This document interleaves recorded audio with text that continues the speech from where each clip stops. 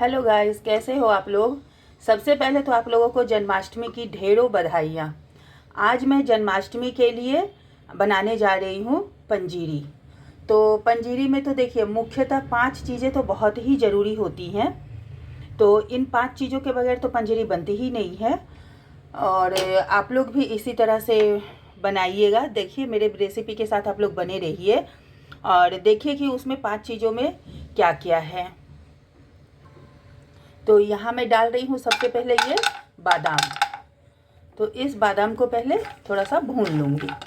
और ये जो भी आप ड्राई फ्रूट्स इसमें भूनेंगे ना, सभी को आप एकदम मिनिमम फ्लेम में भूनिएगा, क्योंकि एकदम लो फ्लेम में इसे भूनिएगा तो ये ज़्यादा अच्छे भूनेंगे। हाई फ्लेम में इसे मत भूनिएगा, नहीं तो ये जल जाते हैं।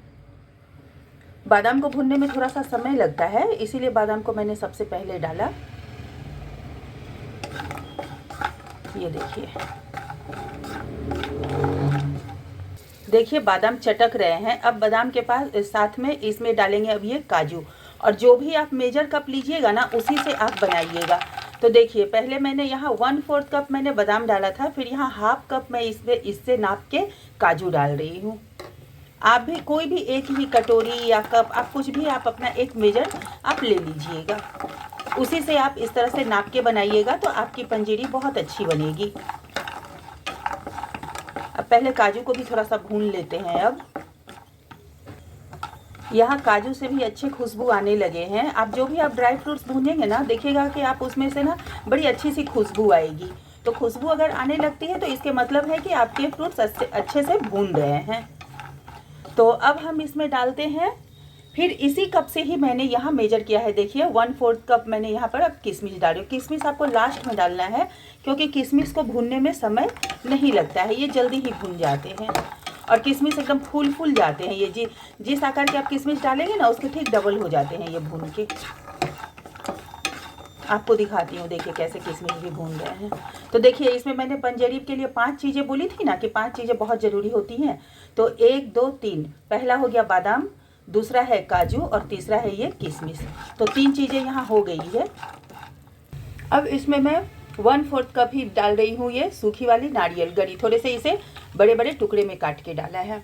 और इसमें नारियल के बुरादे भी मैं दूंगी, उसे बाद में दूंगी। और ये ना ऐसे गोटे रहेंगे, इसे भी थोड़ा सा भून लेंगे। देखिए किशमिश फूल करके किस तरह से बड़े हो रहे हैं। देखिए आपको दिख रहे होंगे, देखिए किशमिश सब फूल गए हैं।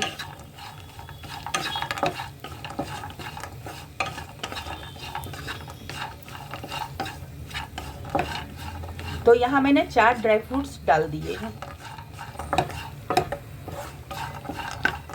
और अब इसमें डाल रहे हैं ये तिल, जिसे सेसमी सीड्स भी बोलते हैं।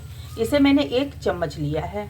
ये देखिए, आप इसके जगह में आप मगज भी डाल सकते हैं।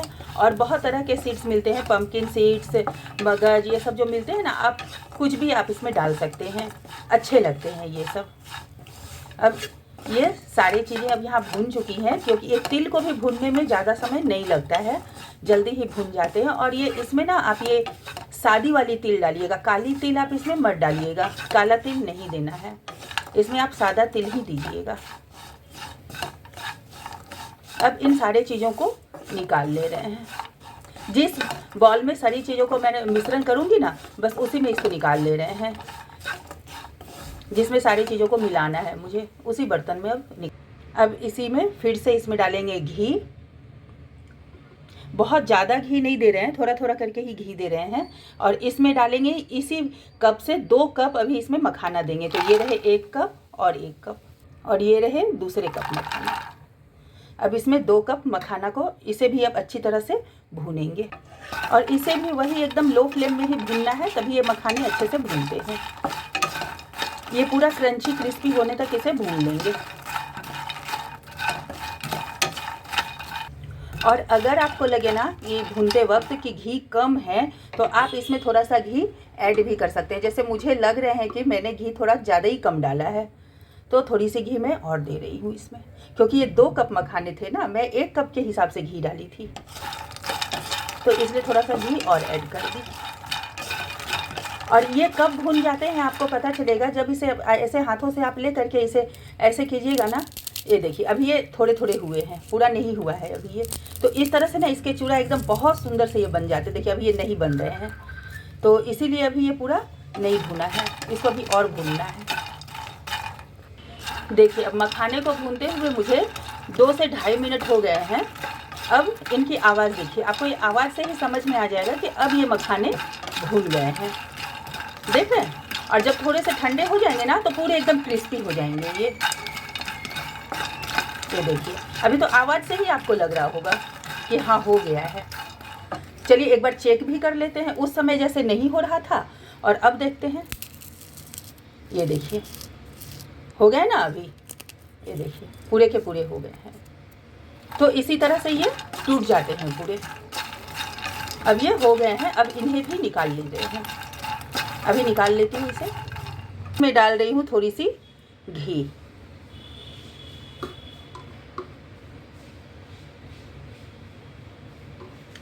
और अब यहाँ मैं ये उसी मेजर कप से 1 कप इसमें डाल रही हूँ ये नारियल के बुरादे। अब इसे भी थोड़ा भून लेंगे।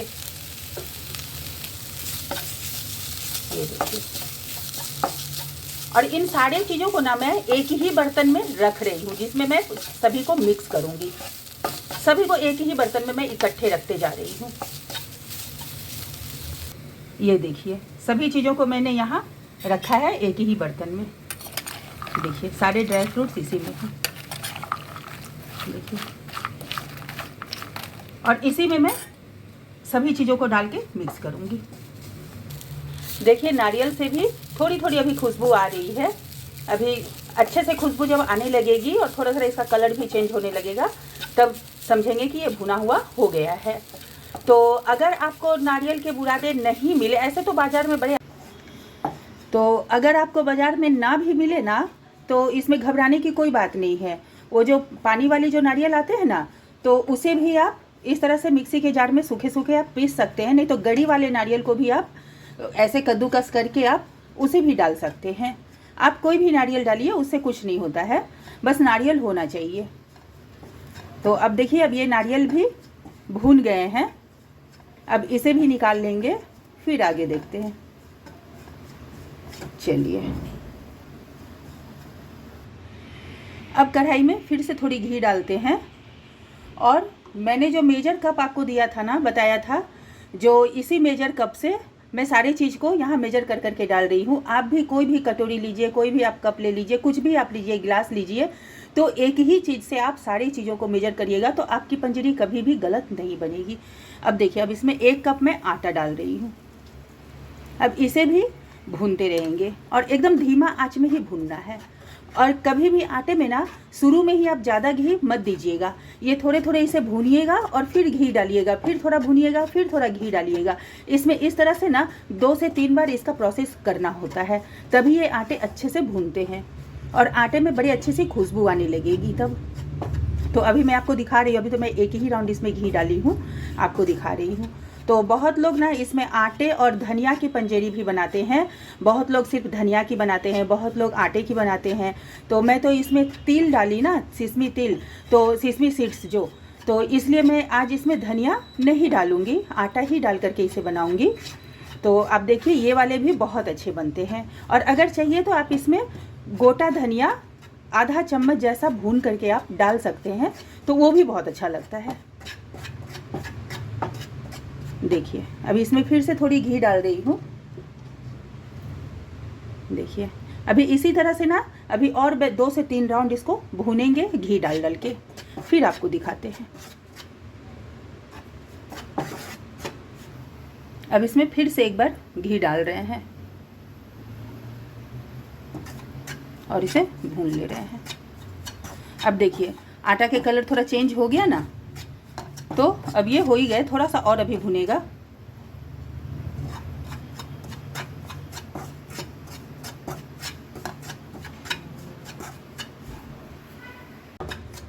देखिए अब पूरी बंद कर दे रही हूँ, बंद कर दिया। अब आटे को भी मैं उसी बर्तन में ढाल लेती हूँ।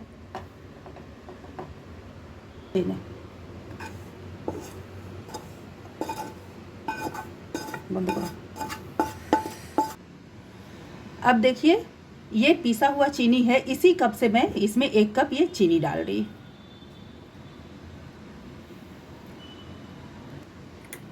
अब इन सारी चीज़ों को अच्छी तरह से मिक्स कर लेते हैं।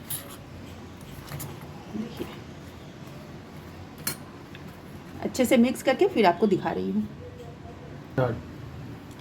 तो ये देखिए दोस्तों, ये पंजेरी बन करके तैयार हो गए हैं। तो आपको तो समझ में आ ही गया होगा ना कि किस तरह से मैंने बनाया है। और लास्ट में मैंने इसमें तुलसी के पत्ते दे दिए हैं, क्योंकि ये कृष्ण जी का भोग है ना, तो इसमें तुलसी के पत्ते कृष्ण जी को बहुत ही प्यारे हैं और उन्हें ये बहुत पसंद आते हैं। ये देखिए कितने अच्छे दिख रहे हैं ना। तो इसी तरह से आप भी इस जन्माष्टमी में पंजेरी बनाइए और अब सारे परिवार के साथ में इसका आनंद लीजिए। आपको अगर हमारी ये रेसिपी अच्छी लगी हो तो आप हमारे चैनल को सब्सक्राइब ज़रूर करिएगा दोस्तों, और हमें कमेंट ज़रूर करिएगा। अपने दोस्तों के साथ इसे शेयर भी करिए। ओके, आप अपना ध्यान रखिए। फिर से happy Janmashtami. Okay, bye bye.